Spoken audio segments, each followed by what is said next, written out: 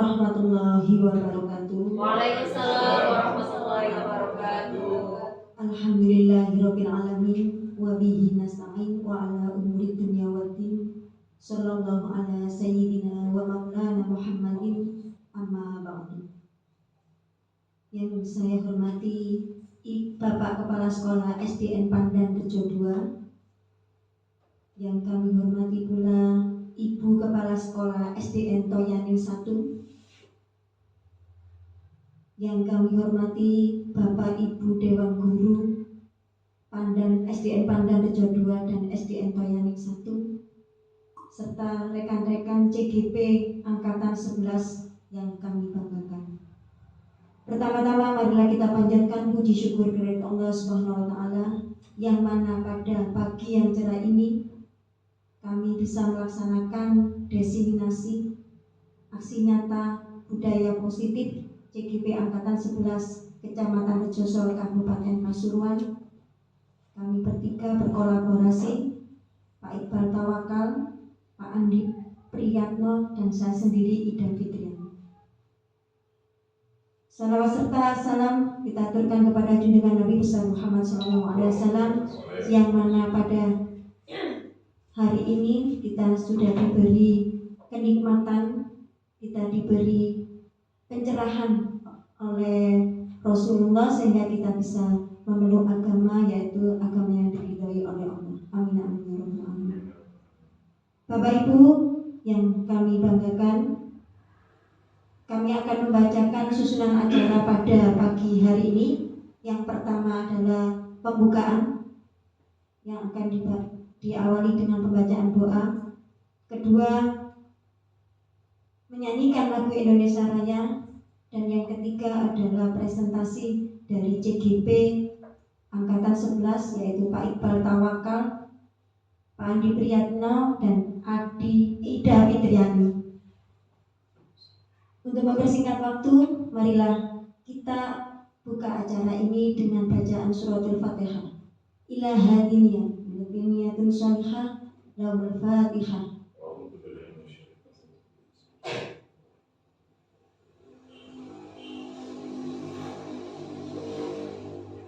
Terima kasih. Untuk acara selanjutnya yaitu menyanyikan lagu Indonesia Raya yang akan dipandu oleh Ibu Enda Suryanti. Kepada Bu Enda disilahkan. Untuk Bapak Ibu dan Guru, monggo berdiri. Hadirin dimohon berdiri.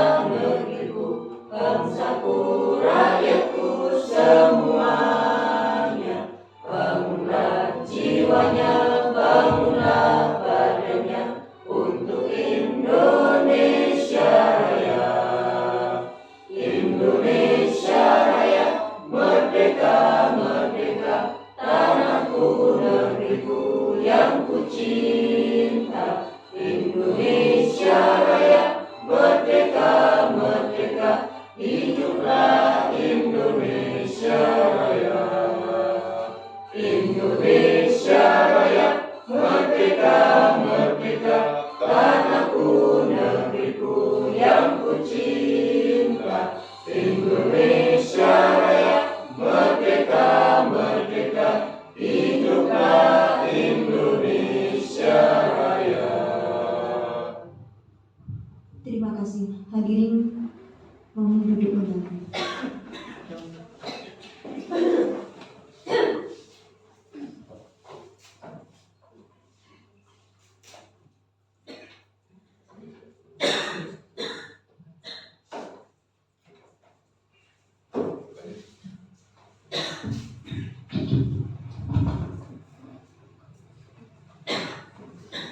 Untuk acara selanjutnya yaitu kita pada acara sesi inti, yaitu kami akan mendefinisikan tentang budaya positif.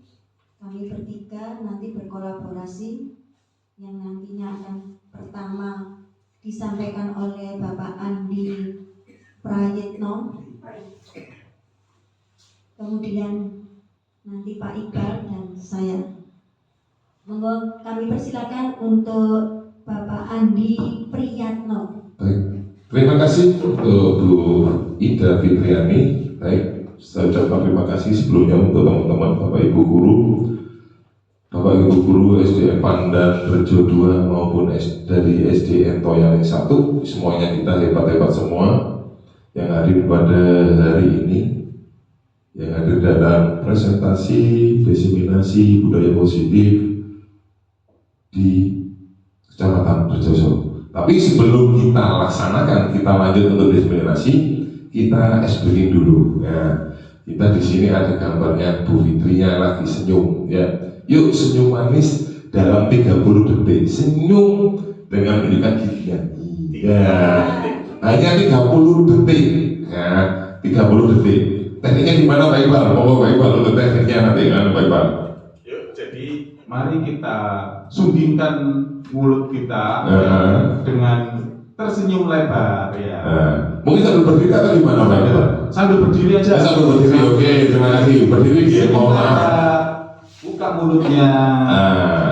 Mungkin gini, biar lebih enak, nggak berhadapan ya, dua-dua gitu ya.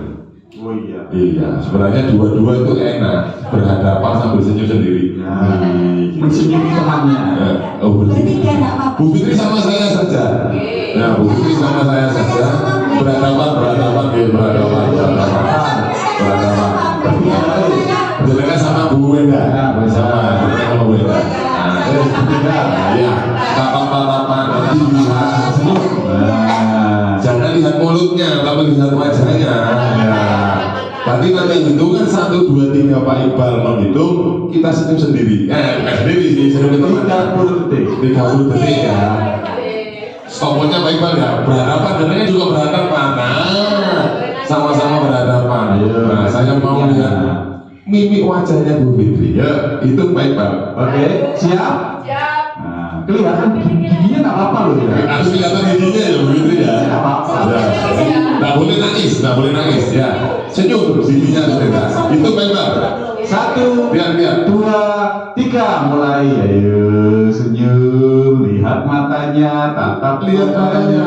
Mana senyumnya? Kita senyumnya ya. Tatap matanya 30 detik. Nah, mari kita lihat ekspresi bahagia. Ya, bagus ya. Terima kasih. Terima kasih. Ya, 30 detik ya. Itu hanya sekedar speaking untuk kita, istilahnya dari kegiatan mulai dari malam pagi tadi, mungkin dari ada yang belum refresh, kita refreshkan ya begitu ya. Sekarang begitu sudah semangat lagi gitu. Refresh kan karena senyum tadi. Ya, lanjut Pak Iqbal. Nah ini dikutip dari laman Yankes Kemenkes.id, manfaat tersenyum diantaranya senyum membuat tubuh melepaskan hormon endorfin yang mampu mengurangi dan menyingkirkan hormon stres. Jadi stresnya hilang. Hilang. Kemudian saat Anda sedang sedih dengan tersenyum, suasana hati bisa berubah menjadi lebih baik karena dengan tersenyum dapat menipu tubuh untuk meningkatkan suasana hati. Walaupun sedih, dengan senyum itu hilang. Walaupun kita banyak cicilan, ya, itu nanti hilang karena rasa senyum dengan senyum. Ya ini Bu Fitri sudah tidak stres lagi. Tersenyum bisa membuat kita awet muda, Bu Fitri awet muda karena usia sudah 45, masih kelihatan usia 27. 17 ototnya bekerja, sedangkan saat Anda cemberut ada 43 otot yang bekerja. Jadi lebih baik tersenyum Bu Fitri daripada cemberut, ya. Mohon maaf. Ya, lanjut Pak Iqbal. Baik, Di sini sebelum kita lanjut untuk diseminasi, hanya kesepakatan kelas, istilahnya kita sepakati dulu untuk diseminasi ini. Mungkin ini sudah Pak kita beri contoh dua, yaitu menghargai pendapat siapapun, menjadi pendengar yang baik, yang aktif, menjadi pendengar yang aktif Pak Iqbal di kaki itu. Mungkin ada kan dari teman-teman ada apa lagi? Menjaga kebersihan. Oke, menjaga kebersihan Pak Iqbal. Menjaga kebersihan. Apalagi? Mematikan HP. Oh, off HP. Silent ya, silent HP ya, di silent ya. Tidak boleh ngomong. Kalau tidak boleh ngomong nanti pendapatnya gimana? Silent HP. Kemudian ada lagi? Cukup? Satu ngomong itu sudah cukup Pak Iqbal. Nanti tidak ada istilahnya break coffee, tidak ada nanti. Ya. Coffee break tidak ada, karena nanti di sini sudah ada gorengannya. Ya, dilanjut ya. Lanjut, kita langsung ke diseminasi budaya sekolah. Dari pertanyaan umat ini, budaya sekolah. Apakah budaya sekolah itu kebiasaan? Nah, jadi kebiasaan di lingkungan sekolah ya. Nah, adakah lagi dari teman-teman? Rutinitas. Oh, rutinitas kebiasaan. Rutinitas. Yang lain monggo. Yang lain monggo. Kegiatan. Nah, semuanya kita yang mau guru hebat Pak di sini ya. Jadi semuanya bisa paham dengan apa budaya sekolah. Budaya sekolah. Yang kedua, mengapa budaya sekolah itu penting? Jadi budaya sekolah itu memang penting, harus diterapkan di sekolah. Mengapa? Membentuk karakter, ciri khas sekolah. Nah, ada lagi Bunda Putri senyum. Nah, biar tidak ototnya yang ya. Terima kasih untuk teman-teman hebat sudah bisa memberikan sedikit jawaban untuk pertanyaan nanti. Ini pengertian budaya sekolah. Menurut Jamroni, budaya sekolah adalah pola nilai-nilai, tradisi-tradisi, prinsip-prinsip dan kebiasaan-kebiasaan yang terbentuk dalam perjalanan panjang sekolah serta dikembangkan di sekolah dalam jangka waktu lama sehingga menjadi pegangan dan diyakini seluruh warga sekolah tersebut, sehingga munculkan sikap dan perilaku seluruh warga sekolah. Jadi kalau kita di sekolah memberikan pengertian untuk budaya sekolah ini budaya yang positif. Ya, jadi istilahnya apa ya? Istilahnya nanti kita untuk memberikan budaya ke anak-anak itu dengan kita sendiri dulu, istilahnya kita jadi panutan dulu untuk anak-anak. Jadi gurunya untuk memberikan budaya yang lebih positif lagi. Lanjut baik. Sebentar Pak Di. Nah, di sini tadi ketika teman-teman ditanya budaya, apa pengertian budaya? Ada yang menjawab kegiatan, ada yang menjawab apa tadi? Kebiasaan, rutinitas. Memang di sini bisa diambil kesimpulan bahwa yang dikatakan oleh teman-teman tadi berbanding lurus dengan pengertian menurut Zamroni ini, yaitu bahwa baru bisa disebut sebagai budaya apabila kegiatan-kegiatan tradisi-tradisi itu sudah berlangsung dan terbentuk dalam perjalanan panjang sekolah. Jadi tidak bisa kita membentuk budaya baru yang instan, merasa misalkan kita sebagai guru pernah mutasi ke lembaga sini, lembaga sana, membawa pengalaman-pengalaman di lembaga yang lama, merasa itu adalah sebuah nilai yang bagus, dengan serta-merta kemudian kita masukkan ke lembaga yang baru. Sementara lembaga baru sudah punya nilai-nilainya sendiri yang sudah berlangsung cukup lama. Jadi begitu ya. Lanjut. Nah, ini yang kedua. Mengapa penting budaya sekolah itu? Karena budaya sekolah yang kita terapkan sebagai suatu kebiasaan yang disampaikan teman-teman tadi, baik akan tumbuh menjadi karakter baik pada semua warga sekolah dan pada akhirnya membentuk suatu budaya positif Jadi budaya positif ini penting untuk semua warga sekolah tanpa terkecuali, baik guru, siswa, orang tua, wali murid, kepala sekolah, pokoknya semuanya ada di lingkup sekolah. Mungkin ada tambahan dari teman-teman JGB, Bu Fitri atau Pak Iqbal lagi, monggo.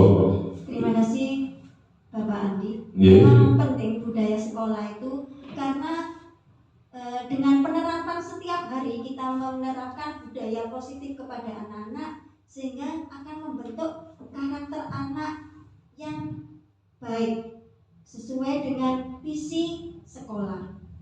Apa yang diharapkan sekolah, apa yang dicita-citakan oleh sekolah, maka dengan adanya budaya positif, pembiasaan sehari-hari, otomatis pembiasaan yang baik, yang positif akan berdampak kepada siswa-siswa kita.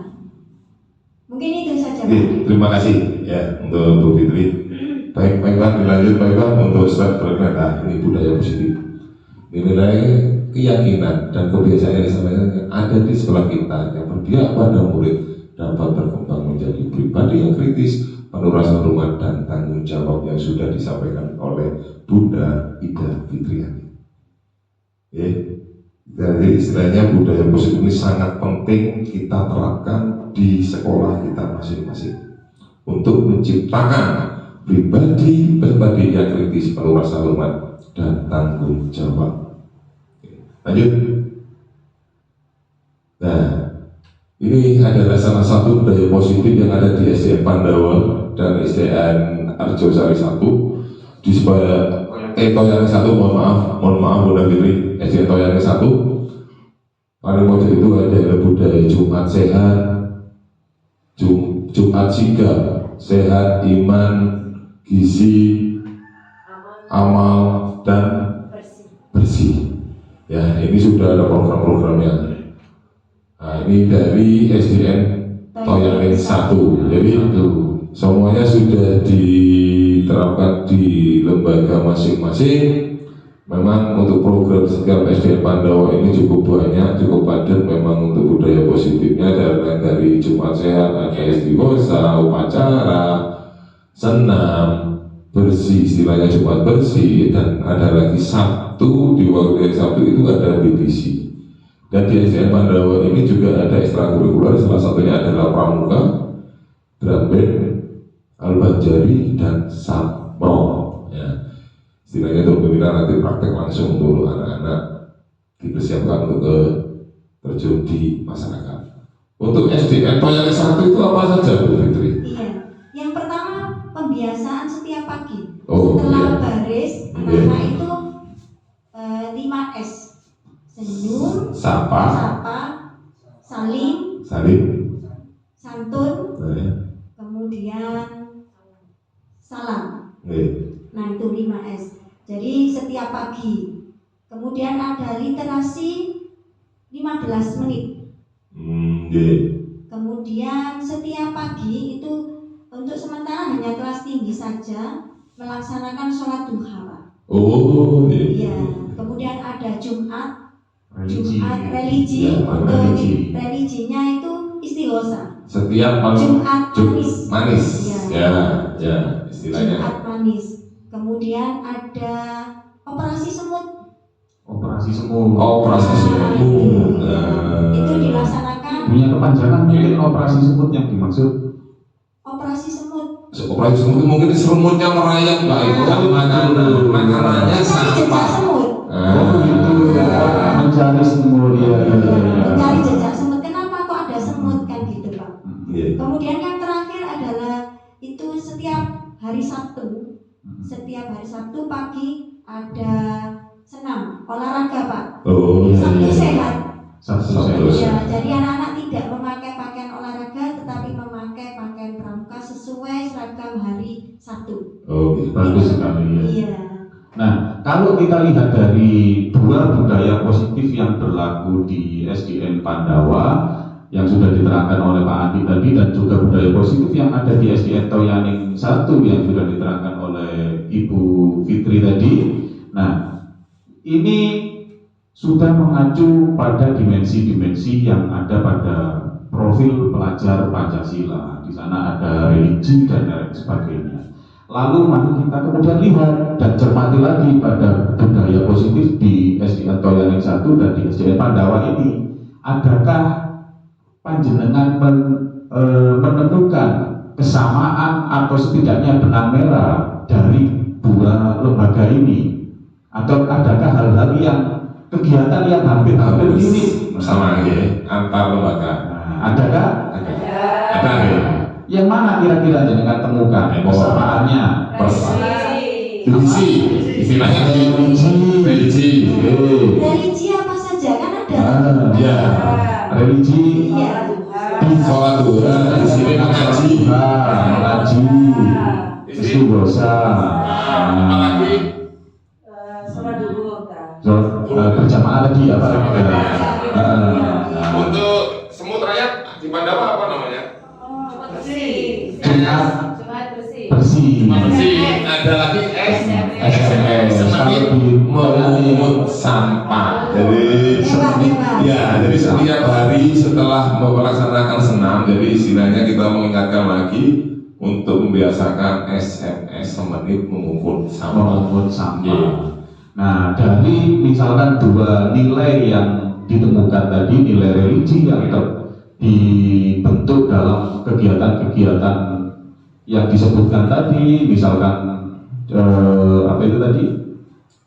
SMS, religi itu dan sebagainya. Kemudian untuk yang kebersihan diupayakan dalam bentuk kegiatan SMS dan lain sebagainya. Maka kita dari sini menemukan ada dua nilai, religi dan kebersihan. Nah, ini yang nantinya akan juga misalkan kesehatan. Ini yang nantinya akan kita ingat ketika kita nanti pada materi kesepakatan kelas. Kita akan bertemu dengan yang disebut sebagai nilai-nilai universal atau nilai-nilai yang berlaku untuk semua orang, tidak menganut, tidak melihat suku, ras, agama, budaya, bahkan nation, tidak terhalangi itu. Nilai-nilai universal. Semua orang pasti butuh bersih, semua orang pasti butuh sehat, misalkan kata Bunda Fitri tadi. Nah, kita lanjut. Siap. Nah, konsep budaya positif yang pertama istilahnya kita penyampaikan aja istilahnya ya perubahan paradigma belajar. Gimana untuk kita istilahnya selaku guru untuk perubahan paradigma belajar untuk setiap warga sekolah. Yang kedua disiplin positif. Yang ketiga motivasi perilaku manusia. 4 kebutuhan dasar manusia. 5 posisi kontrol. 6 keyakinan kelas dan yang 7 adalah segitiga restitusi. Insya Allah, Andi Ya. 7 materi ini yang Ya. akan kita sampaikan pada Kita sampaikan, tapi secara singkat aja lebih baik ya. Sebelum masuk ke materi 7 ini, adakah istilah-istilah yang sebelumnya dengan belum pernah dengar? Yang belum pernah dengar ya istilahnya kira-kira. Segitiga restitusi. Nah, kalau biasanya yang ya segitiga sama kaki, sama segitiga sama sisi. Sekarang segitiga restitusi. Baik, nanti dijelaskan di sini Bunda Fitri ya. Kita berusaha untuk berdiskusi, berusaha untuk penyampaian destinasi ini ya. Ya, jadi segitiga restitusi. Ya. Oke, lanjut. Nah, di sini ada Materi yang pertama. Yang pertama ada perubahan paradigma teori kontrol teori pilihan ilusi transfer. Ya, pertama ilusi guru mengontrol murid. Jadi guru harus bisa mengontrol murid. Ya. Yang kedua ilusi bahwa kritik dan membuat orang merasa bersalah dapat menguatkan karakter. Ini nanti yang kita kepercayaan lama kepercayaan yang sudah kita anggap kayaknya benar, tapi ternyata itu hanya ilusi. Yang ketiga, ilusi bahwa orang dewasa memiliki hak untuk memaksa. Kita sebagai guru karena orang dewasa memaksa, itu ilusi. Yang keempat adalah ilusi bahwa semua penguatan positif efektif dan bermanfaat.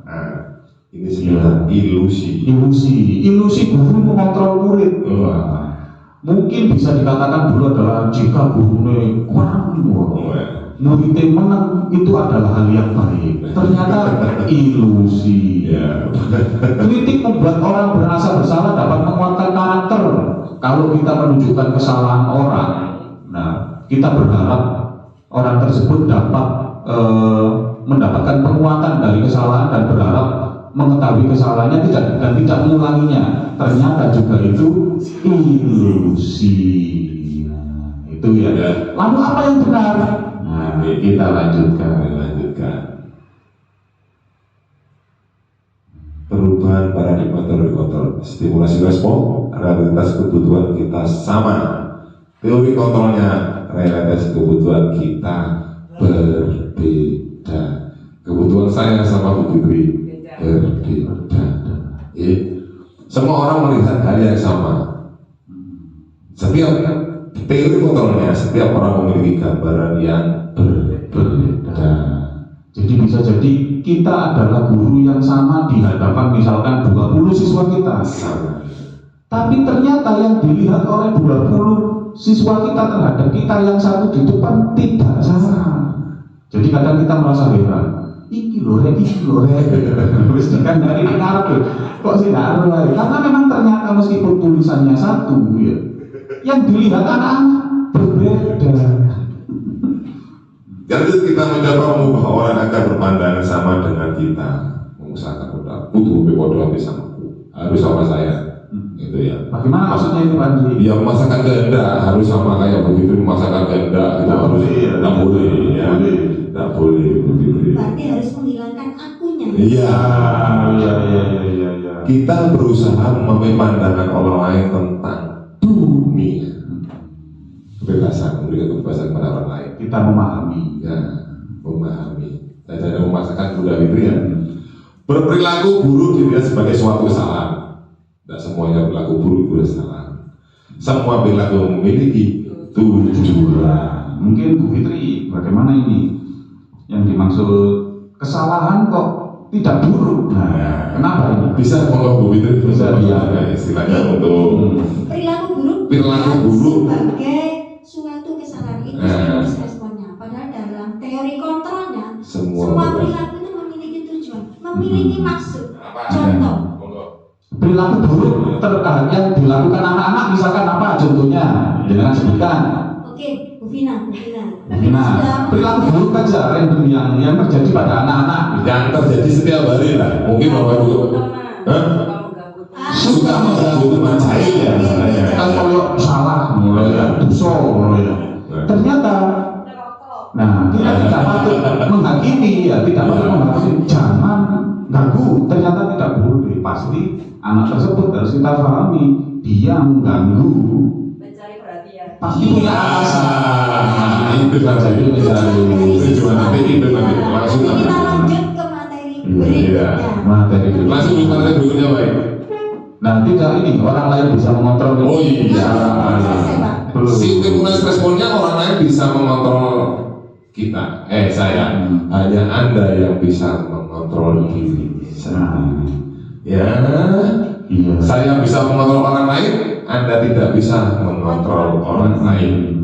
Pemaksaan Anda pada saat buat bujukan gagal. Teori kontrolnya kolaborasi dan konsensus penciptaan pilihan baru. Konsensus baik. Nah, jadi ini ya, Konsensus. saya mulai dari saya bisa mengontrol orang lain atau orang lain bisa mengontrol saya. Itu maksudnya gini, ini kan setiap guru menginginkan hasil adanya perubahan perilaku positif terhadap siswa-siswanya. Jadi kita mengharapkan mereka berperilaku baik dengan cara ini ya, ojo telat, ayo belajar dan lain sebagainya. Sebelumnya kan seperti itu. Ternyata tidak bisa, Bapak Ibu. Mungkin akan efektif hari itu, tapi balik mana? Yang bisa merubah mereka adalah mereka sendiri. Maka ketika kita ingin mereka berubah, buatlah mereka memahami nantinya kenapa saya harus berubah dan kenapa saya tidak boleh melakukan hal negatif itu. Kemudian pemaksaan ada pada saat bujukan gagal.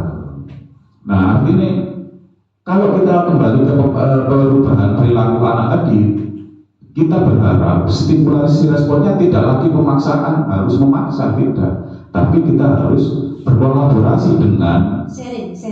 sharing dengan pelaku yang kita sebut gagal tadi untuk menciptakan konsensus kesepakatan untuk pilihan-pilihan baru. Nah, kalau kamu tidak belajar, akibatnya bagaimana? Nah, kalau kamu Betul. ya, itu salah satu alasan yang muncul dan kalau kita hargai. Nah, kita kan bisa jadi itu yang memang dilihat anak-anak seperti tadi itu ya, memahami pandangan orang lain terhadap dunia karena pandangannya seperti itu kita hargai. Berangkat dari itu kita berikan pilihan-pilihan baru. Nah, kemudian yang terakhir, model berpikir menang atau kalah. Tapi di teori kontrol model berpikir menang. Iya. menang.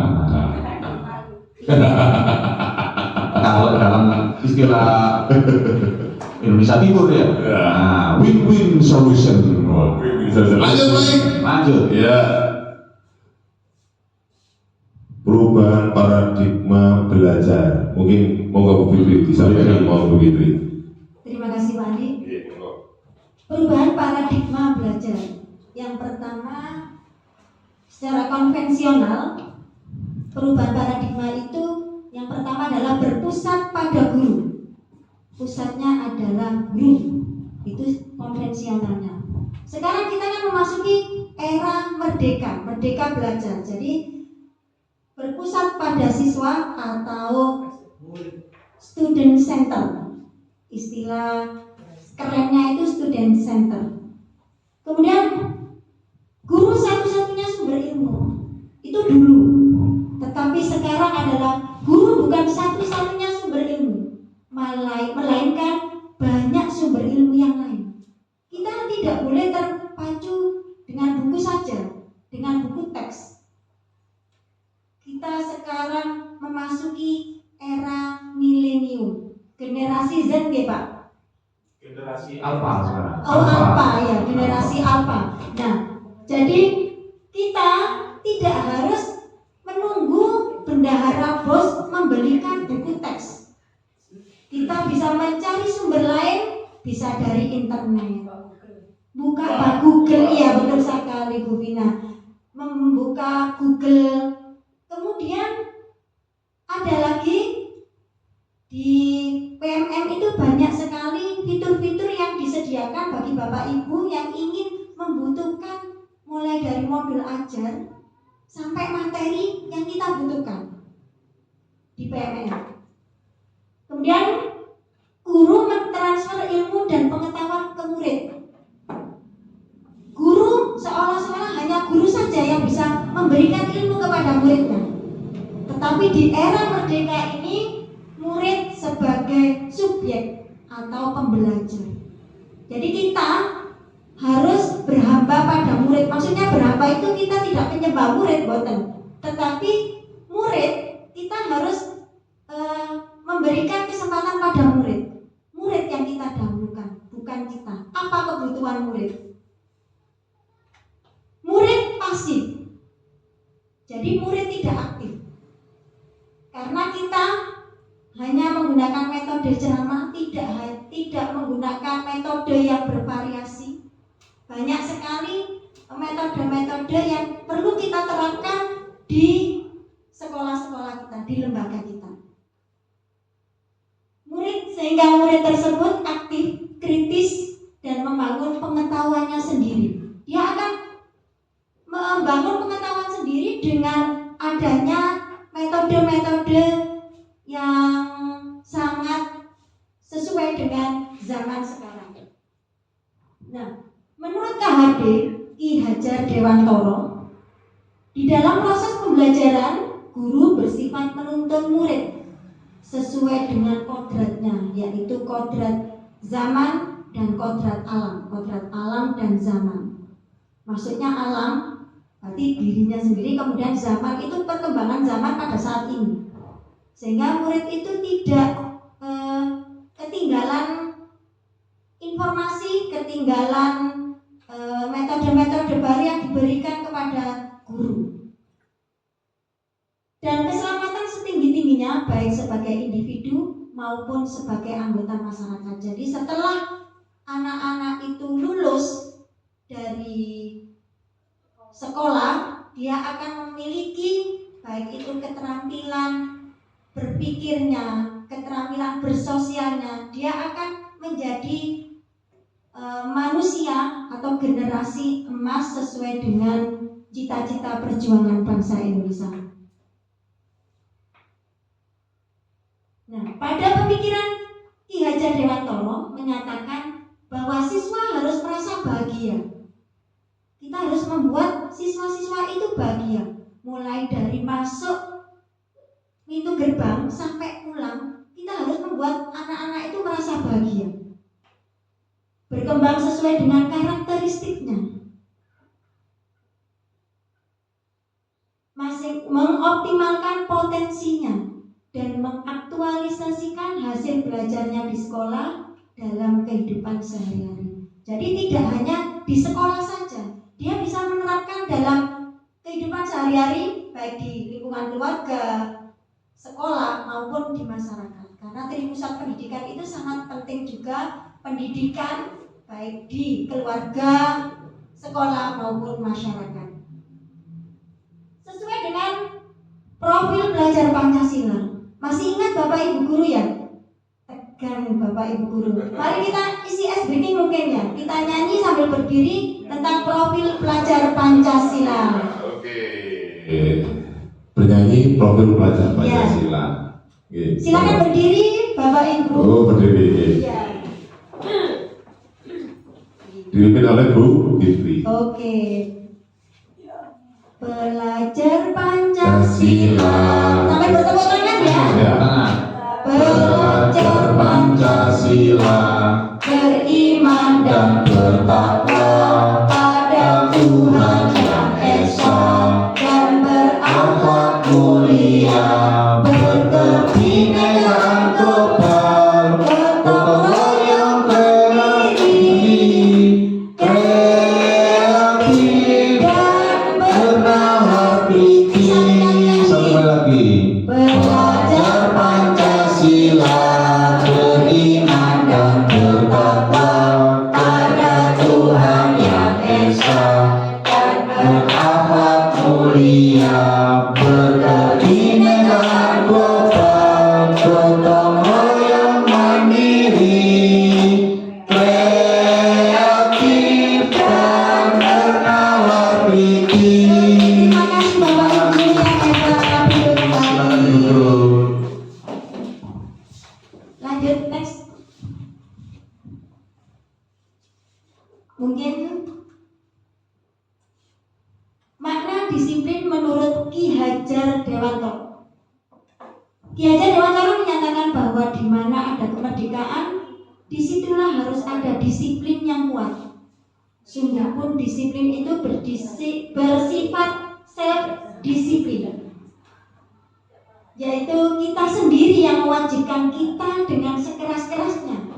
Tetapi itu sama saja, sebab jikalau kita tidak cakap melakukan self-disiplin, wajiblah penguasa lain mendisiplinkan diri kita.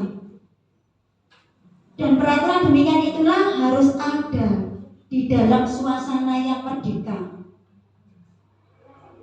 Nah, jadi maksud dari makna disiplin itu pada pendidikan saat ini, untuk menciptakan murid yang merdeka, syarat utamanya adalah harus adanya disiplin yang kuat dari dalam dirinya sendiri, yang dikenal dengan istilah motivasi internal.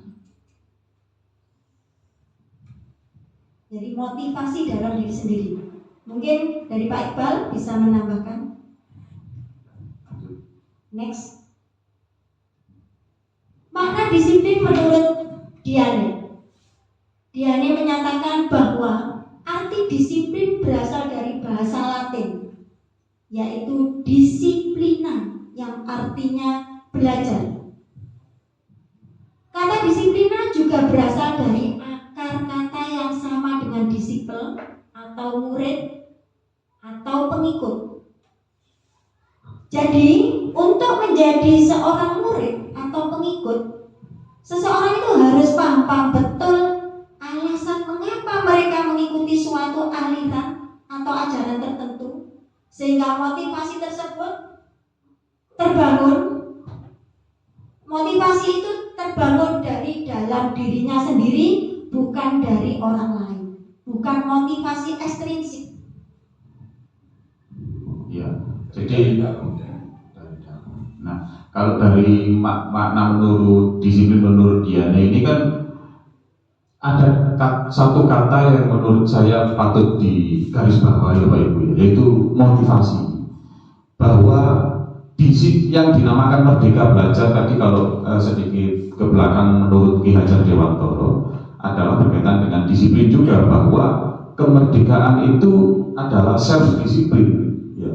Jadi kemerdekaan dalam hal ini bukan dimaknai dengan lebih dekat dengan kebebasan, tidak, tapi bahwa kebebasan itu kan juga harus dengan kedisiplinan, bahwa kita harus tahu dengan kebebasan yang dipunya, dengan kemerdekaan yang kita punya, harus kita isi dengan apa. Maka kita punya self disiplin, maka kemudian harus ada motivasi dari dalam diri kita untuk melakukan sesuatu. Seseorang harus mempunyai alasan untuk mengikuti aliran ajaran tertentu. Jadi anak-anak berangkat ke sekolah tahu bahwa ia akan belajar, dan bahwa ia akan belajar itu siswa juga harus tahu lagi-lagi kenapa kok ia harus belajar. Nah, harus ada alasan. Maka siswa pertama-tama harus punya motivasi. Seringkali kemudian anak-anak kan tidak tahu, tidak punya motivasi pribadi, datang ke sekolah kemungkinan hanya untuk mendapatkan uang saku, atau diseneni orang tua dipaksa ya, kamu harus sekolah gitu ya. Nah, agar anak-anak punya motivasi, nah ini penting bagi guru. Lalu guru harus menempatkan dirinya menjadi apa berarti? Agar anak punya motivasi, maka kita harus berperan sebagai nanti itu baik nanti Materi selanjutnya. nanti biar nanti ya. Lo datangnya guru itu sebagai guru itu harus gini nanti ya. Iya. Nah, tujuan kita sebagai pendidik adalah dari penerapan disiplin ini menciptakan anak-anak yang memiliki disiplin diri, sehingga mereka bisa berperilaku dengan mengacu pada nilai-nilai kebajikan universal dan memiliki motivasi intrinsik. Nah, dari sini mungkin ada kata-kata atau kalimat yang merupakan hal baru, atau sudah ada yang pernah tahu apa itu kebajikan universal. nilai-nilai universal tadi yang sempat kita singgung di awal begitu ya, nilai-nilai kebajikan universal. Kemudian, nah ini istilah baru bagi kita. Nilai-nilai kebajikan universal adalah sifat-sifat positif manusia yang merupakan tujuan mulia yang ingin dicapai setiap individu. Nah, nilai-nilai tersebut bersifat universal dan lintas bahasa, suku, bangsa, agama maupun latar belakang. Karena di dalam nilai-nilai kebajikan universal itu ada 6 dimensi profil pelajar Pancasila yang tadi kita nyanyikan bersama. Yang pertama adalah beriman dan bertakwa kepada Tuhan yang Maha Esa. Itu tidak hanya nyanyian belaka, itu ada tujuan di dalam itu. Yang kedua, berkebinekaan global, bergotong royong, mandiri, kemudian kreatif, dan terakhir bernalar kritis. Jadi semuanya itu ada hubungannya, tidak hanya sekedar menyanyi.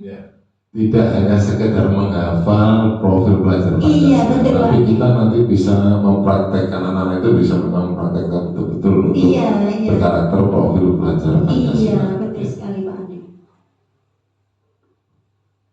Makna dari disiplin positif itu sendiri merupakan salah satu penerapan perilaku pembiasaan positif yang dilakukan untuk menjadi orang yang mereka inginkan dan menghargai diri sendiri dengan nilai-nilai yang mereka percaya, sehingga tumbuh motivasi intrinsik tanpa ada ancaman, hukuman, atau penghargaan. Jadi dari makna ini sangat luas sekali ya Bapak Ibu ya. Jadi kita melaksanakan disiplin positif itu tanpa ada unsur paksaan. Dari anak-anak itu akan merasa dirinya sendiri. Oh, saya kalau tidak melakukan kelasnya kotor. Enggak. Kalau tidak bersih nanti kalau gimana? Dia mempunyai perasaannya sendiri. Jadi ada sampah langsung diambil tanpa kita menyuruh. Kita sebagai guru tanpa harus menyuruh. Nah, itu sampah tolong diambil. Tidak perlu seperti itu. Jadi anak itu akan tumbuh dengan sendirinya, akan melakukan disiplin positif itu dengan tanpa disuruh. Jadi anak itu akan melakukan sendiri. Waktunya sholat duha tanpa harus ayo anak sekarang waktunya sholat duha. Tidak perlu seperti itu. Dia akan tahu karena kita sudah melaksanakan pembiasaan atau disiplin positif itu setiap hari. Mungkin itu ditambahi mungkin. Ya, berarti kita nanti sebagai guru kalau kita bisa menerapkan disiplin positif itu lebih apa Bu ya, pekerjaan kita Bu ya, istilahnya apa? Lebih enak apa ya, karena apa? Nggak usah bersuara keras juga anak-anak tapi sudah punya kesadaran sendiri untuk budaya positif tersebut. Salah satu contoh tadi membuang sampah pada tempatnya tanpa ada paksaan atau tanpa disuruh. Lanjut. Motivasi perilaku manusia. Macam-macam motivasi itu, yang pertama adalah motivasi ekstrinsik dan motivasi intrinsik. Jadi ada dua motivasi. Ada motivasi intrinsik dan ekstrinsik. Nah, apa sih motivasi ekstrinsik itu? Untuk menghindari ketidaknyamanan atau hukuman. Jadi seperti tadi, anak tidak membuang sampah pada tempatnya. Dia akan mengambil sampah itu, dibuang ke tempat sampah setelah disuruh, setelah dimarahi sama bu guru. Seperti kata-kata seperti ini. Loh, sampahnya kok tidak dibuang ke tempat sampah? Ayo, silakan buang ke tempat sampah. Itu adalah motivasi ekstrinsik. Anak-anak itu takut dimarahin oleh bapak ibu guru. Apakah panjenengan bapak ibu guru selama ini memakai motivasi ekstrinsik apa motivasi intrinsik? Ekstrinsik. Iya, selama ini saya juga begitu Bu Vina, saya juga selama ini motivasi ekstrinsik. Maka dari itu kita dengan adanya desiminasi ini, kita harapkan nanti pikiran kita, cara kita dengan anak-anak itu berubah. Bagaimana penerapan disiplin positif yang baik. Berarti kita harus motivasi yang intrinsik. Harapannya seperti itu. Perbedaan hukuman, konsekuensi, dan restitusi. Hukuman ini bersifat tidak terencana, tiba-tiba. Murid tidak tahu apa yang terjadi dan tidak dilibatkan. Bersifat satu arah, berupa fisik maupun psikis. Contoh tadi, dengan bentakan sampah, saya tetap ke sampah ya, satu topik saja, sampah. Anak tidak membuang ke tempat sampah, kita langsung sambil tangan kita di pinggang, wes dikandani, sudah dibilangin bola balik, kok tetep aja ini kamu. Jadi kita itu memvonis anak bahwa anak itu bersalah dengan suara yang sangat keras. Kemudian konsekuensi ini sudah terencana atau sudah ada kesepakatan. Murid sudah mengetahui apa yang akan diterima bila melanggar. Tetap dibuat tidak nyaman untuk jangka waktu pendek. Nah, biasanya kalau waktu upacara bendera dia tidak memakai atribut sekolah, kita letakkan di tempat yang terpisah dengan teman-temannya, sehingga anak itu akan terasa bagaimana? Merasa bersalah. Merasa bersalah, merasa kapok, merasa malu, nggih Pak Iqbal nggih. Nah, karena sudah ada kesepakatan kalau tidak memakai atribut sekolah lengkap, apalagi di waktu hari Senin, dia akan mendapatkan sanksi. Itu namanya konsekuensi. Dan yang terakhir adalah restitusi. Restitusi ini menciptakan murid untuk memperbaiki kesalahan, mengajak murid mencari solusi atas masalah yang dilakukan dan bertanggung jawab. Dan yang terakhir, murid akan menjadi identitas sukses, bukan identitas gagal. Nah, sekarang kita akan membahas tentang restitusi ini. Jadi dari hukuman, konsekuensi, dan restitusi, kira-kira mana yang paling baik untuk kita dan siswa kita? Restitusi. Iya, betul sekali Bu Vina. Jadi kita beri tepuk tangan untuk semuanya. Berarti kita harus berani berubah ya, berubah dengan adanya diseminasi dari kami. Amin. Amin, amin. Akan Sedikit ke sini, tapi sebelum untuk maju ke slide berikutnya, dari sini sudah dibacakan tadi oleh Bu Fitri antara hukuman, konsekuensi, dan restitusi. Tapi juga kita bisa melihat dari ketiganya ini bahwa masing-masing setidaknya terdiri dari 3 poin, kecuali yang hukuman ini ada 4. Meskipun 2 ini, poin 2 dan 3 ini bersifat sama. Nah, dari sini bisa kita lihat perbedaan masing-masing sekilas gitu. Kalau hukuman tadi tiba-tiba, kalau konsekuensi sudah berencana, tapi kalau restitusi bahkan tidak tentang terencana, tapi bahkan ini sudah muncul dari diri siswa sendiri. Kalau hukuman contohnya tiba-tiba kemudian pada saat di kelas rame, tiba-tiba langsung dihukum, ayo lari pada saat pembelajaran. Kan bisa jadi memang rame di kelas itu agak menjengkelkan dan mungkin agak mengganggu. Tapi bahwa itu kemudian moro-moro dihukum lari kan, kenapa ini kok harus moro-moro lari? Apa hubungan antara rame dan lari kan gitu ya? Kemudian misalkan itu sudah direncanakan, contoh tadi bahwa kita upacara tadi pada saat Bu Fitri harus memakai aturannya direncanakan harus memakai atribut lengkap, kaos kaki misalkan putih panjang dan lain sebagainya. Suatu hari siswa tidak memakai itu, tidak lengkap itu, mendapatkan hukuman karena melanggar kesepakatan. Nah, aturan lebih dekat dengan aturan. Kalau restitusi bahkan anak harus membuat sendiri nilai-nilainya. Kenapa harus misalkan harus melakukan sesuatu ya? Kenapa harus piket? Kenapa harus tidak ramai di kelas? Itu harus muncul dari diri siswa. Nah, itu perbedaan sekilas. Lanjut. Nah, ini dari materi penjelasan tadi ada beberapa soal yang disebut khusus soal ya, sekarang saja. Mau bacakan dibacakan. Yang pertama, mencatat 100 kali di dalam buku kalimat dengan kalimat ya, saya tidak akan terlambat lagi terlambat ke sekolah. Nah, menurut panjenengan ini hukuman, konsekuensi, atau konsekuensi? Hukuman. Ya, oke, Bu Fitri hukuman ada yang lain. ya. Nanti jawaban ada di akhir. Terakhir. Hukuman. Bagaimana?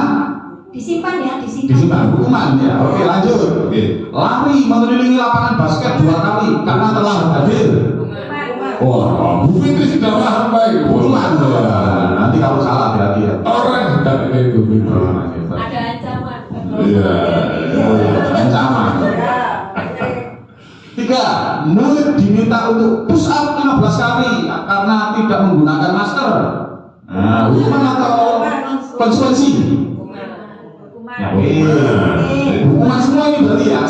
Sampai 3 hukuman. Sip. Kalau yang Nah, di sini. konsekuensi. Ya, sih. Konsekuen ini mau pendapat lain. Ayo, nah, konsekuensi atau hukuman? Mulai ragu ini. Konsekuensi. Oh, nomor 4. Masih 3 sih. Masih 3. Lalu keempat, menggantikan kertas tugas teman yang telah dicoret-coret. Konsekuensi. Konsekuensi. Sip. Keempat, konsekuensi. Kelima, membersihkan tumpahan air di meja tulis karena tersinggung pada saat belajar. Konsekuensi. Konsekuensi. Di sini hanya hukuman atau konsekuensi. Hanya pilihan dua. Ya. Terima kasih Adif. Nah. Kemudian yang berikutnya, Nur disuruh untuk mengenakan sepatu seharian di sekolah karena tidak mengenakan sepatu hitam, tidak mengenakan sepatu seharian. Hukuman. Oke. Kemudian sip. Lari mengelilingi lapangan basket 2 kali karena terlambat 10 menit untuk pelajaran PJK. Konsekuensi. Yakin? Oke, konsekuensi ada yang konsekuensi ada hukuman. Oke. Kita cek dulu. Sebentar. Tadi kita ingat lagi ya, yang konsekuensi jadi hanya ini dan Nomor 4. nomor 4 tadi ya. Oke, Zero tadi 4. nomor 4 ya. 4 dan terakhir aja berarti ya. Yang lain hukuman ya. Satu konsekuensi. Oh, 1 konsekuensi. Satu konsekuensi. 1, 4 terakhir. Beda pendapat. Oh, gitu. Oke, masuk. Berarti pendapatnya beda ya. Istilahnya nanti siapa yang yakin? Udah. Kunci jawaban. Kunci jawaban. Kita Oh, babas. Bapak sah. Tereng. Lebih baik. Lah kok bilang? Pendapatnya jawabannya. Jawabannya 5. Nah, kemarin kan Lu iya iya. ada. Ada. Benarnya. Ini slide-nya hilang ini. Tenang. Tenang. Slide-nya hilang. Slide-nya hilang. Coba tarikan.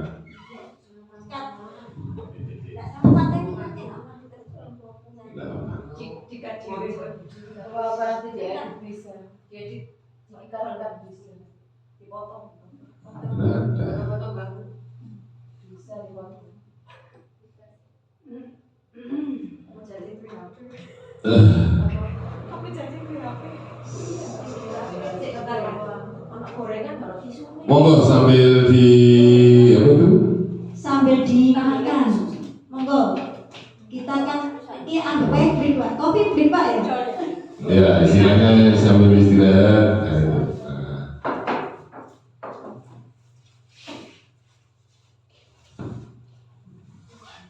Nah, ini sudah ketemu. Jadi konsekuensi muncul di nomor 4 betul. 1, 2, 3, 4 betul. Muncul lagi di nomor terakhir betul lagi. Betul. Ya. Nah, hanya saja yang nomor 5 ini juga termasuk Konsekuensi. Karena pelajarannya PJOK. iya, kan jangan konsekuensi. Hukuman tadi hukuman ya. Ya. Itu tidak benar konsekuensi tidak dibenarkan tadi ya. Iya. Ya. Ya wis. Lanjut. Lanjut. Ya. Kembali mana? Kembali lagi. Yang mana? Dua.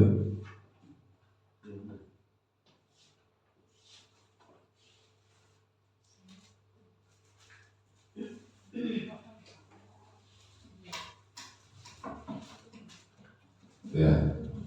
Lanjut. Kebutuhan dasar manusia. Kita beralih ke kebutuhan dasar manusia ya, materi berikutnya. Lanjut. Apa saja kebutuhan dasar manusia? Kebutuhan dasar manusia adalah segala sesuatu yang kita lakukan, usahakan untuk mendapatkan apa yang kita inginkan. Bila kebutuhan dasar manusia tidak terpenuhi, maka akan muncul perilaku-perilaku negatif. Bapak Ibu, materi ini kita sampaikan hari ini karena ini berkaitan dengan restitusi tadi, bahwa kita sepakati restitusi tadi adalah nilai-nilai universal atau motivasi internal dari diri setiap murid atau manusia yang dapat merubah perilakunya menjadi perilaku positif. Nah, jika terdapat anomali situasi suatu saat seseorang melakukan perilaku negatif karena restitusi tidak mengharapkan adanya hukuman atau konsekuensi, harus ada muncul dari unsur intrinsik motivasinya, maka kita harus paham kebutuhan dasar manusia. Sesungguhnya ketika kebutuhan dasar tidak terpenuhi, maka akan muncul perilaku negatif. Maka untuk menghilangkan perilaku negatif, bukan menghukum atau bukan memberikan konsekuensi, tapi kita harus memenuhi kebutuhan dasarnya apa yang diinginkan, yang sedang tidak terpenuhi. Lanjut, lalu apa saja kebutuhan dasar manusia itu? Sudah dikelompokkan menjadi 5, yaitu yang pertama kebutuhan bertahan hidup. Ini adalah kebutuhan biologis, Bapak Ibu ya. Semua makhluk, tidak hanya manusia, hewan, sama. Jadi kalau kita seperti misalkan kebutuhan dasar biologis apa yang sama misalkan bagi semua makhluk hidup? Semua makhluk hidup butuh makan, minum, berkembang biak. Itu adalah kebutuhan dasar manusia hidup, kebutuhan bertahan hidup. Yang kedua adalah kasih sayang dan rasa diterima. Nah, bahwa kita juga punya butuh rasa kasih sayang dan rasa diterima. Bila ada teman-teman atau anak-anak yang sedang cemberut misalkan pada saat di kelas, jangan-jangan kurang mendapatkan kasih sayang. Misalkan seperti itu tadi ya, ada siswa yang ada di depan duduknya biasanya ya tidak mendapatkan kasih sayang terus cemberut. Biasanya ada seperti itu ya. Oh iya. Yang ketiga, kebutuhan penguasaan. Nah, ini pengakuan. Setiap orang kadang juga memiliki, harus kita pahami ini semua orang punya, tidak ada hanya orang yang sombong ya. Jangan dianggap orang yang memiliki kebutuhan atas pengakuan kepingin diakui sebagai pintar. Tidak, semua orang punya, tidak hanya harus menjadi sombong untuk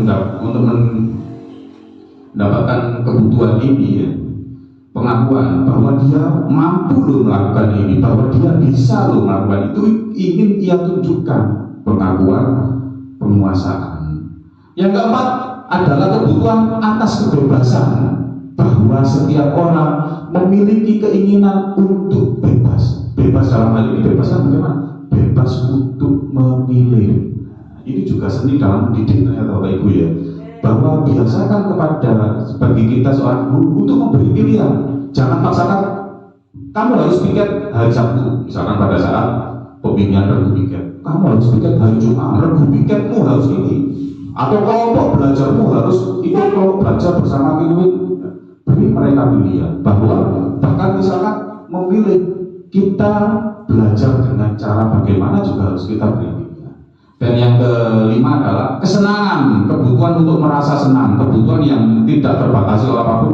Kalau senang, ya senang guys. Misalkan senang nonton sepak bola, ya senang tanpa harus ada alasan kenapa harus senang. Itu. Lanjut.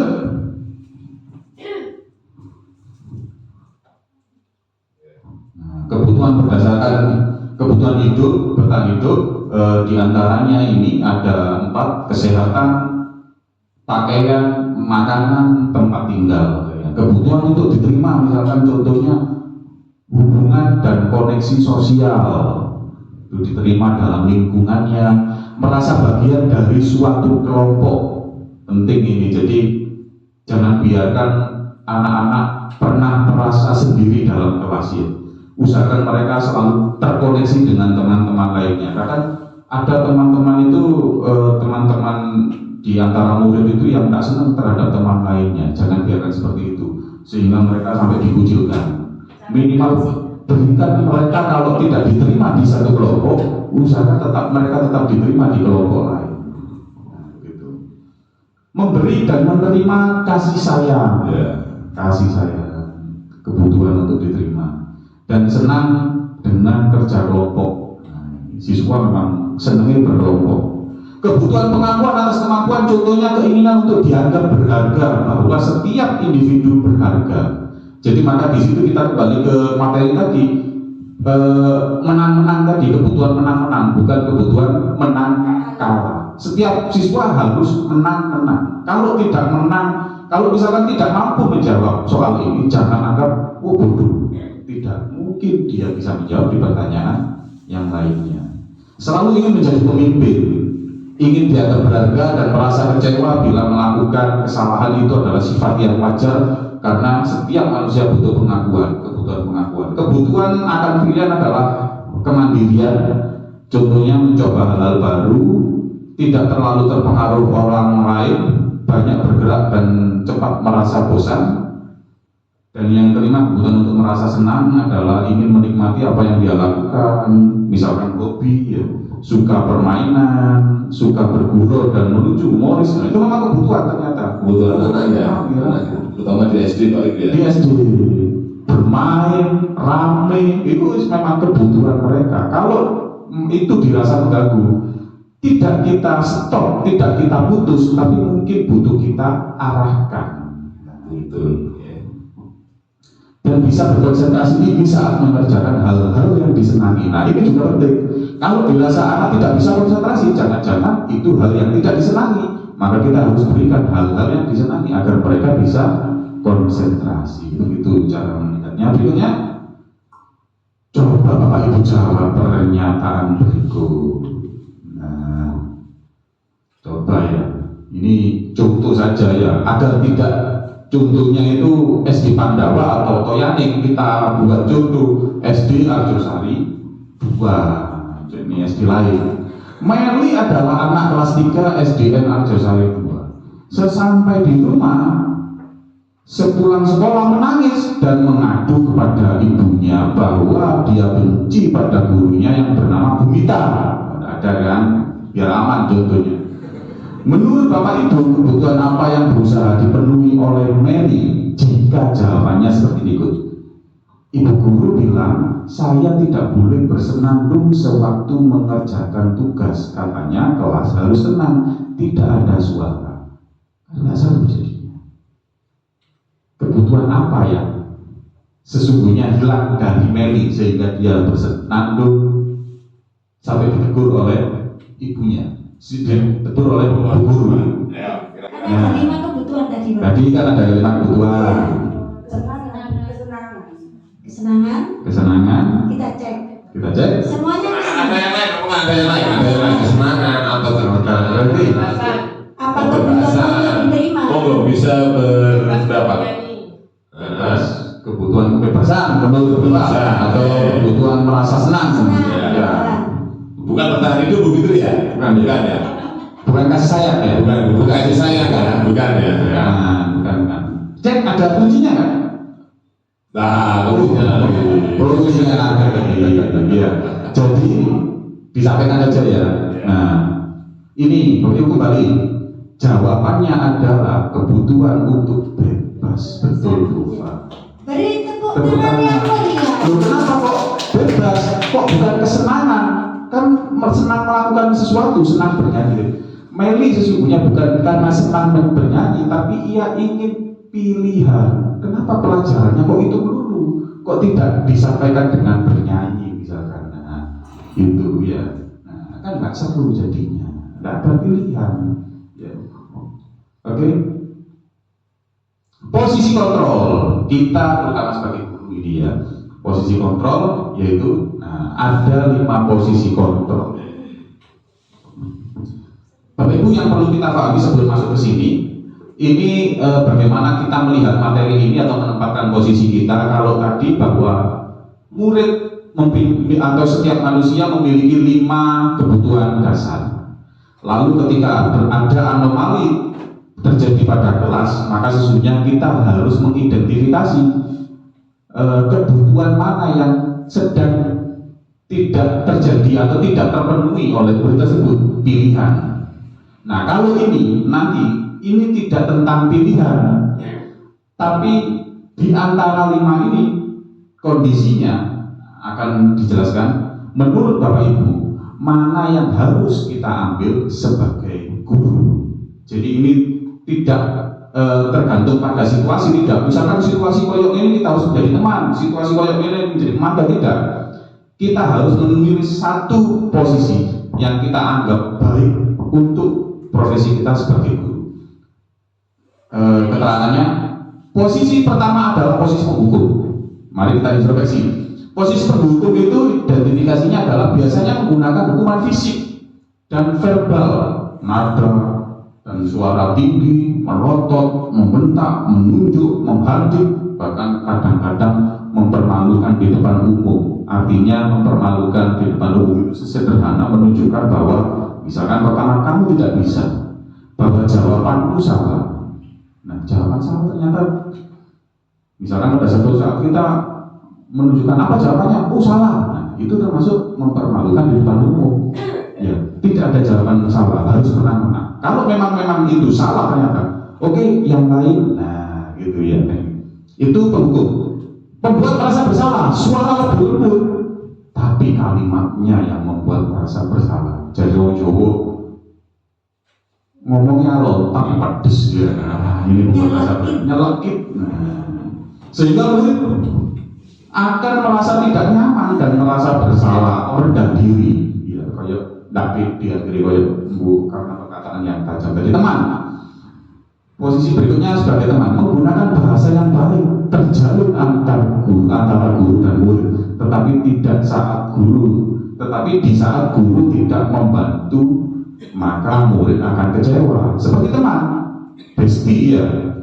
Kalau sedang bersama, kayak bestie. Tapi kalau sedang di situasi kadang tidak ada, ingin curhat, dia kecewa. Tidak ada waktu untuk kita, akhirnya kecewa. Teman seperti itu. Memantau, mengawasi dan memberikan konsekuensi karena mengandalkan pada catatan dan data sebagai bukti. Berawal dari teori stimulus respon. Nah, yang menunjukkan tanggung jawab sebagai guru dalam mengontrol murid. Stimulus respon, kalau teori lama kita sebut sebagai penghargaan dan bahasa Inggrisnya dia, reward dan punishment. Nah, ini adalah sebagai posisi pemantau. Ada stimulus, ada respon, ada kesalahan, kita beri punishment. Kalau ada prestasi, kita beri stimulus, reward. Nah, itu. Nah, posisi yang terakhir adalah manajer. Mempersilakan murid mempertanggungjawabkan perilakunya, silakan. Mendukung untuk mendapatkan solusi atas permasalahannya sendiri. Kemudian, guru biasanya menggunakan posisi teman atau pemantau dalam satu waktu. Itu sebagai manajer. Kata kunci di manajer ini adalah mendapatkan solusi atas permasalahannya. Mungkin dari sini baik. Teman-teman ini mana posisi kontrolnya? Iya. Nah, menurut Bapak Ibu, dari 5 kondisi ini ya, yang terbaik yang bisa diambil guru adalah posisi yang mana? Manajer. Nah, betul. Tapi selama ini yang kita pakai apa namanya? Yang paling baik manajer. Tapi kalau kita introspeksi, mana yang paling sering kita ambil? Mana? Ayo mana? Masing-masing punya jawaban sendiri ya. Bu Bina biasa. Yang biasanya. Yang biasanya. Pemantau. Dari Bu Fatma, penghukum. Ya itu jadi. Ya, mungkin juga ada yang saya sendiri kan guru juga. Selama ini juga masih teman. Ya. Sering kan di istilahnya anak-anak itu suka istilah saya berteman. Nah, baru di CGP ini memahami ternyata ya. Oh ternyata ada negatifnya. lebih bagus lagi. Ya diterapkan nanti. Besok gitu. Ya Nanti pulang. ini. Tugas pernyataan. Nah ini maksudnya diucapkan guru dengan posisi seperti apa gitu loh ya. 5 posisi kontrol tadi. Kalau saya kecewa sekali dengan kamu, nah Termasuk yang mana berarti Bapak Ibu? Pemantau. Penghukum. apa ayo? Ya Saya kecewa. Membuat merasa bersalah. membuat rasa bersalah. Oke kita keep. Yang berikutnya, kamu tidak pernah benar melakukannya. Wah, apa ini? Berarti guru sedang berada dalam posisi apa ini? Bu Eni, pelanggan. Penghukum. Oke, lagi. Nanti ada kunci jawabannya. Yang ketiga Pak Iqbal. Ayolah, lakukan demi ibu bapak apa? Teman. Oke. Apa tadi ini diulangi? Yang pertama adalah penghukum. Merasa bersalah. Merasa bersalah. Penghukum. Penghukum teman. Oh, ada beda-beda. Apakah kamu mau mendapatkan stiker bintang hari ini? Nah, ini kan biasa kita kan ya. Biasa kita laksanakan ya di kelas ya. Memberikan bintang ke lulus ya. Ya, Mantau. Bagaimana kalau bisa menyelesaikan masalah ini? Manajer. Manajer. Kamu selalu paling akhir. Apa? Bersalah. Oh, merasa bersalah kata Bu Sina. Membuat rasa bersalah. Coba kita lihat. Kita cek. Mas Kata jawab kuncinya ya. Bismillah. Bismillah. Alhamdulillah. Wah, alhamdulillah. Ya, Yang tuh, bersalah bagaimana? semua. Nah, Saya merasa kecewa membuat rasa bersalah. Betul ya, jadi kayak siswa merasa bersalah. Kamu tidak pernah benar melakukannya, dihukum. Ya. Ayolah kamu lakukan ya, betul Ya, gitu tadi. ya. Nah, Ya. mendapatkan stiker pemantau betul. Bagaimana kalau menyelesaikan masalah ini? Manajer betul. Yang agak berbeda mungkin kamu selalu paling akhir gitu. nah ini kelihatannya kayak anu Pak, tapi Tapi ya membuat rasa bersalah. Ya, tapi kan penghukum. Mungkin karena ada suara hentakan yang agak keras. Mungkin ya. Sambil menunjuk kamu. Nah, orang itu selalu menunjuk ya. Karena itu cuma tulisan, kita nggak tahu. Tidak, oh iya. Ya, ekspresinya ya. Bu. Saya suka kamu.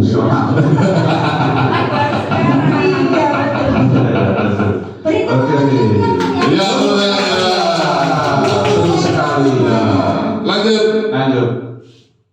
Keyakinan kelas mungkin bisa dilanjutkan oleh rekan CGP yang lain. Baik, terima kasih. Ya, di sini kita beranjak untuk materi keyakinan kelas. Jadi istilahnya keyakinan kelas ini yang kita sepakati di setiap kelas dengan murid dan guru. Jadi istilahnya apa? Untuk keyakinan kelas ini peraturan tidak ada. Istilahnya keyakinan sama-sama menyepakati antara murid dan guru. Mengapa keyakinan kelas? Ya, kita ada sedikit pemantik mengapa keyakinan kelas. Agar ada interaksi antara kedua belah pihak. Ada interaksi kedua pihak antara guru dan murid. Nah, oke, interaksi. Istilahnya kolaborasi ya, istilahnya saling apa ya. Ada yang lain, Bu Fatma, Bu Emi, gimana? Bu Endea, monggo. Bu Finda, Bu Davitri. Ya. Tuh, nomor yang kedua, mengapa tidak peraturan kelas? Nah, mengapa bukan peraturan kelas sekarang kita yang pakai? Tidak disebut sebagai peraturan kelas. Iya. Keyakinan kelas itu apakah berbeda dengan Peraturan kelas. Dan kalau berbeda, kenapa kok tidak peraturan saja? Nah. Kayak kita kan sudah sejak zaman Soeharto sudah peraturan kelas gitu loh. Kenapa Iya. harus dirubah ini? Kenapa? Tidak peraturan kelas. Peraturan sepihak. Peraturan sepihak. sepihak. Melanggar. Ya. Bagus sekali Bu Bina ini. Hebat, hebat, hebat. Bagaimana mewujudkan suatu keyakinan kelas yang efektif? Nah, Caranya bagaimana? bagaimana?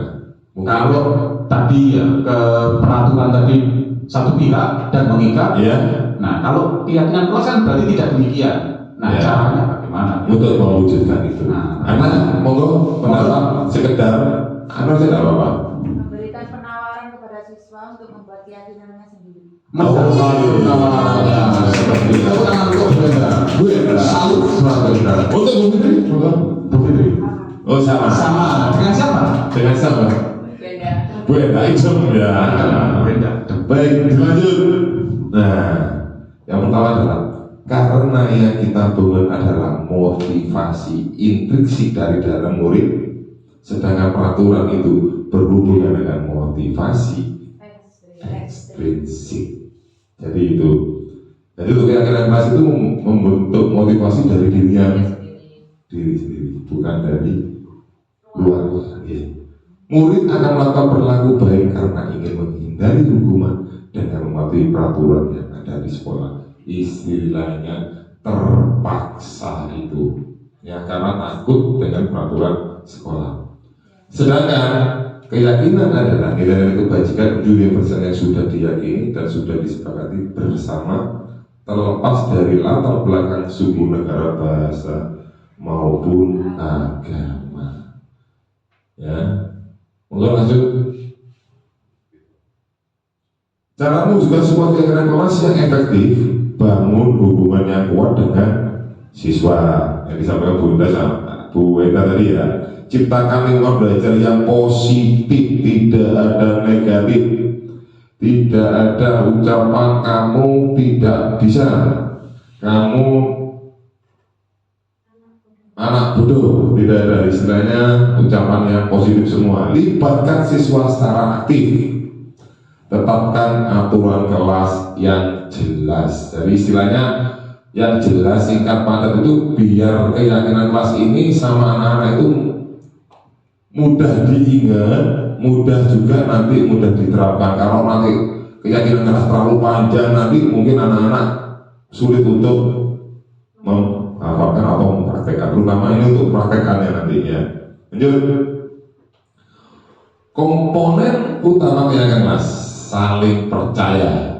Anggota kelas saling percaya satu sama lain, baik kepada guru maupun sesama siswa. Jadi kita selaku pendidik atau selaku guru harus percaya kepada murid kita sendiri. Respect, setiap anggota kelas saling menghormati pendapat perbedaan dan kontribusi satu sama lain. Sudah menunjukkan budaya positif, saling menghargai pendapat yang berbeda. Terbuka, terdapat suasana yang terbuka untuk berbagi ide, bertanya, dan memberikan masukan. Jadi istilahnya saling terbuka, saling menerima untuk memberikan masukan. Kolaboratif yang disampaikan Bu Vina tadi, anggota kelas bekerja sama untuk mencapai tujuan bersama antara murid siswa ke guru atau siswa ke siswa atau siswa ya. Positif, suasana kelas positif dan optimis mendorong semangat untuk belajar. Jadi keyakinan kelas ini nanti menurutnya adalah untuk mendorong semangat belajar peserta didik kita. Pembentukan kelas, keyakinan sekolah atau kelas. Keyakinan kelas bersifat lebih abstrak daripada peraturan yang lebih rinci dan konkret.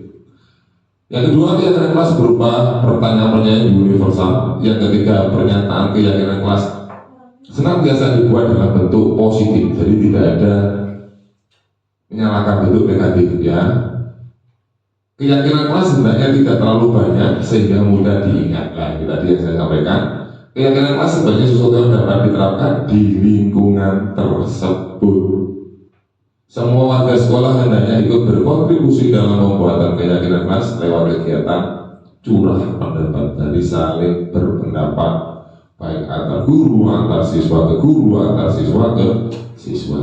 Bersedia meninjau kembali keyakinan kelas dari waktu ke waktu. Jadi keyakinan kelas itu bisa berubah melihat kondisi. Yang memangnya keyakinan itu kelas berhasil kita terapkan di kelas, tetap kita lanjutkan. Tapi kalau tidak ada perubahan baru, kita ada perubahan untuk membuat keyakinan kelas yang lebih signifikan untuk bisa merubah tingkah laku, karakter peserta didik. Lanjut. Segitiga restitusi, bukan segitiga sama kaki ya Bu. Segitiga restitusi, proses menciptakan kondisi bagi murid untuk memperbaiki kesalahan mereka sehingga mereka bisa kembali pada kelompok mereka dengan karakter yang lebih kuat. Konsen 2004. Dan juga merupakan proses kolaboratif yang mengajarkan murid untuk mencari solusi untuk masalah mereka dan membantu mereka berpikir tentang orang seperti apa yang mereka inginkan dan bagaimana mereka harus memperlakukan orang lain. Istilahnya kita memberikan kebebasan kepada murid untuk berperilaku atau berpendapat untuk sesuai yang dia inginkan ya. Nah ini segitiga restitusinya. Kelihatan jelas ya Pak? Dari sini. Iya, mau batu bukit tiga kali itu aku. Apa kata privat Bu? Segitiga restitusi, namanya segitiga berarti ada 3 komponen.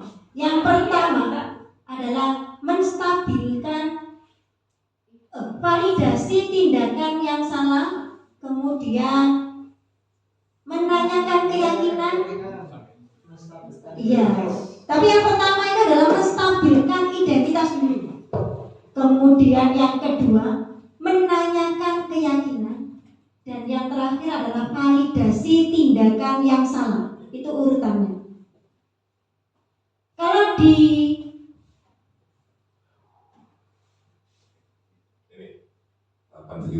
tahapan segitiga restitusi, langkah-langkahnya yang pertama adalah menstabilkan identitas, kemudian validasi tindakan yang salah, dan yang terakhir menanyakan keyakinan kelas. Jadi menstabilkan identitas yang pertama itu anak kita tanya, tetapi tidak di depan anak-anak. Kita letakkan anak itu setelah istirahat, waktu istirahat atau setelah pulang sekolah. Jadi teman yang lain tidak tahu kalau temannya itu melakukan kesalahan. Kita tanya, ada apa tadi di kelas, seumpamanya anak itu memiliki kesalahan, dia bertengkar dengan temannya. Kita tanya, kenapa kamu kok melakukan kesalahan, melakukan tindakan tadi? Apa yang kamu lakukan? Nanti anaknya akan bicara sendiri. Saya tadi bertengkar dengan si A. Kenapa? Pasti dia memiliki alasan mengapa dia melakukan kesalahan. Tidak langsung anak itu melakukan kesalahan tanpa ada tujuan, tanpa ada alasan yang dia lakukan. Kemudian validasi tindakan yang salah. Validasi tindakan yang salah ini maksudnya adalah kamu tadi melakukan bertengkar dengan Wati contohnya. Kenapa? Ya, kenapa? Karena buku saya dicoret-coret. Jadi saya marah, saya bertengkar, saya mengucapkan kata-kata yang kasar. Sehingga kami adu mulut bertengkar dengan Wati. Seperti itu. Nah, kita tanyakan, apakah dengan kamu marah-marah itu termasuk keyakinan kelas kita? Dia akan jawab sendiri tanpa kita suruh. Tidak, Bu. Nah,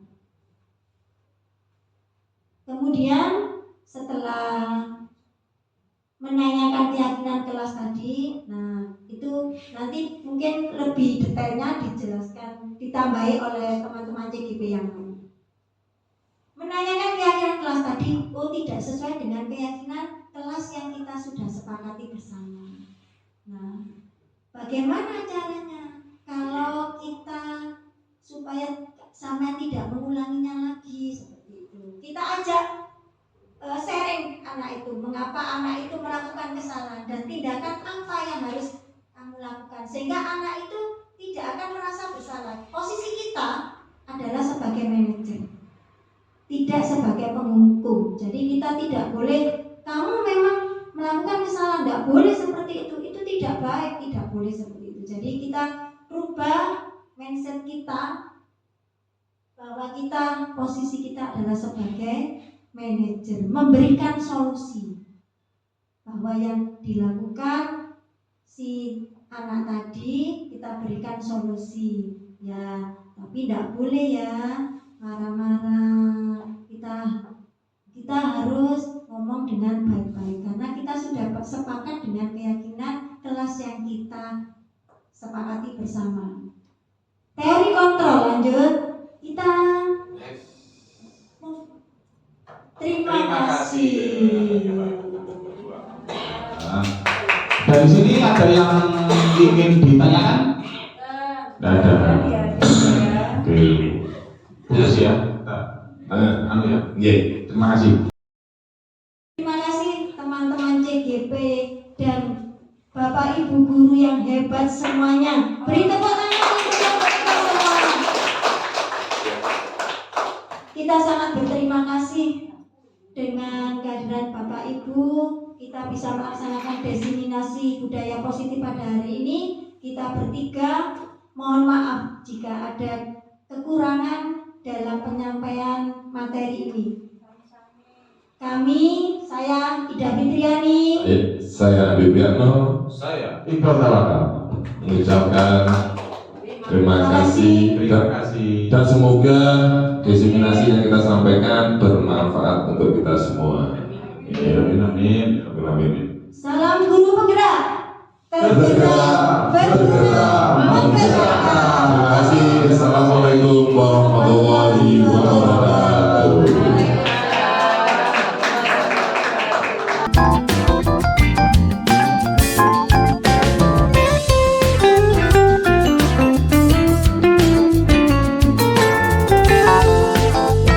Assalamualaikum warahmatullahi wabarakatuh. Waalaikumsalam. Saya Siti Afrinawati, guru dari SDN Pandanrejo 2. Dari diseminasi yang sudah kita lakukan hari ini, yang saya dapatkan adalah yang dulunya saya itu sering menjadi penghukum tadi ya. Ada penghukum, ada pemantau, ada teman.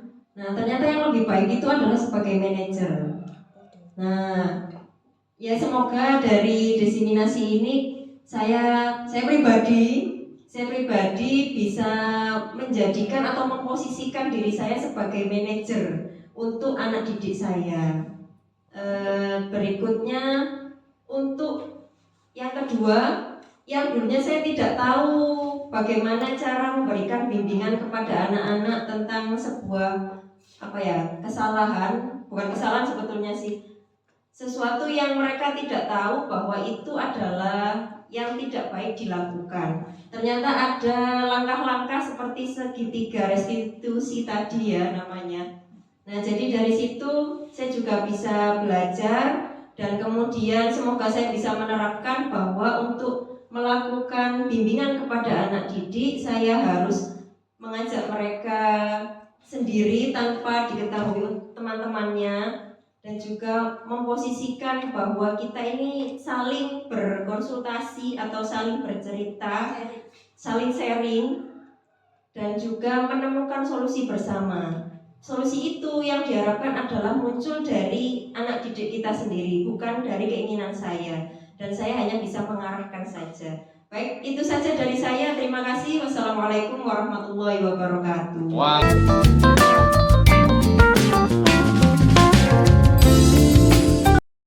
Assalamualaikum warahmatullahi wabarakatuh. Waalaikumsalam warahmatullahi wabarakatuh. Saya Enda Srianti dari SDN Toyaning 1. Dari hasil pemaparan teman-teman kita CGP Angkatan 11 pada pagi hari ini dalam rangka diseminasi budaya positif, saya pribadi sangat senang sekali karena mendapatkan ilmu-ilmu baru, Pak.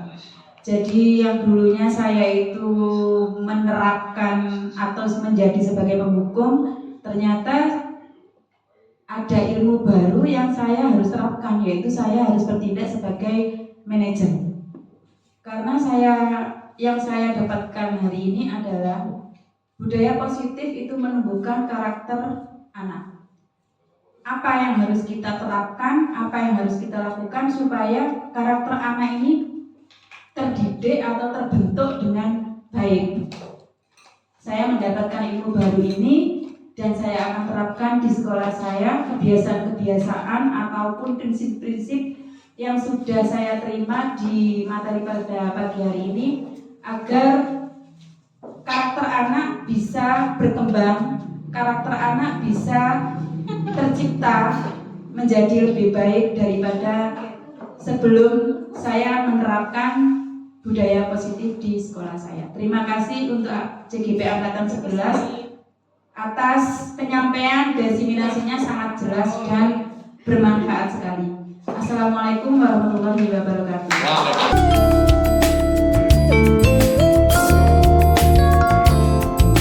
Assalamualaikum warahmatullahi wabarakatuh. Waalaikumsalam warahmatullahi wabarakatuh. Di kesempatan ini saya ingin mengucapkan terima kasih kepada ketika Dewan Guru Penggerak Angkatan 11, karena dengan adanya diseminasi ini saya mendapatkan ilmu yang sangat bermanfaat bagi saya. Selama ini mungkin apa yang saya berikan kepada anak-anak, cara saya mendidik anak-anak mungkin harus banyak diperbaiki. Karena selama ini yang saya terapkan adalah metode yang menghukum kaki.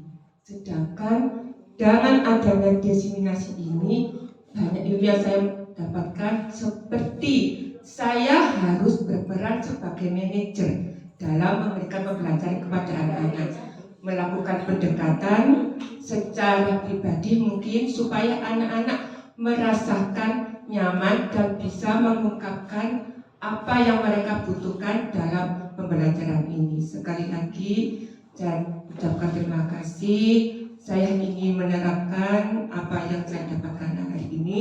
Semoga saya bisa memberikan apa yang anak-anak butuhkan, menciptakan lingkungan yang kondusif dan memberikan kenyamanan bagi anak-anak dalam memperoleh pendidikan. Sekali lagi terima kasih. Wassalamualaikum warahmatullahi wabarakatuh.